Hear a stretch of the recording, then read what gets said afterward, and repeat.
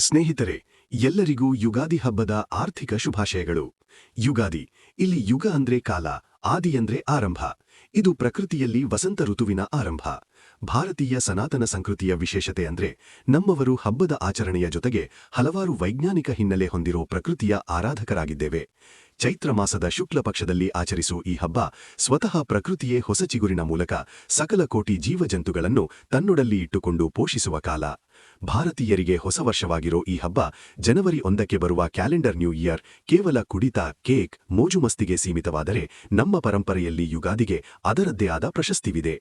ತಳಿರು ತೋರಣ ಕಟ್ಟಿ ಪ್ರಕೃತಿಯ ವಸಂತಕಾಲವನ್ನು ಆಗಾರದಿಂದ ಬರಮಾಡಿಕೊಳ್ಳುವ ಹಬ್ಬ. ಜೀವನದಲ್ಲಿ ಬರುವ ಸುಖ ದುಃಖದ ಪ್ರತೀಕವಾಗಿ ಬೇವು ಕಹಿ ಮತ್ತು ಬೆಲ್ಲ ಸಿಹಿಯ ಸಂಕೇತ. ಪಶ್ಚಿಮದಲ್ಲಿ ಅಸ್ತಮವಾದ ಸೂರ್ಯನ ಮತ್ತೆ ಪೂರ್ವದಲ್ಲಿ ಹುಟ್ಟಲೇಬೇಕು.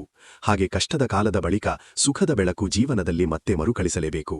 ನಮ್ಮ ಈ ಹೊಸ ವರ್ಷದ ಮೂಲಕ ಪ್ರಕೃತಿಯ ಹೊಸ ಚಿಗುರು, ಜೀವನದ ಹೊಸ ಆರಂಭಕ್ಕೆ ಗುರುತಾಗಲಿ. ಈ ಹಬ್ಬ ಎಲ್ಲರಿಗೂ ಸುಖ, ಸಮೃದ್ಧಿ, ಸಂತೋಷ ಮತ್ತು ಯಶಸ್ಸು ಸಿಗಲಿ ಎಂದು ಆಶಿಸುತ್ತಾ ಮತ್ತೊಮ್ಮೆ ಎಲ್ಲರಿಗೂ ಹೊಸ ವರ್ಷದ ಆರ್ಥಿಕ ಶುಭಾಶಯಗಳು.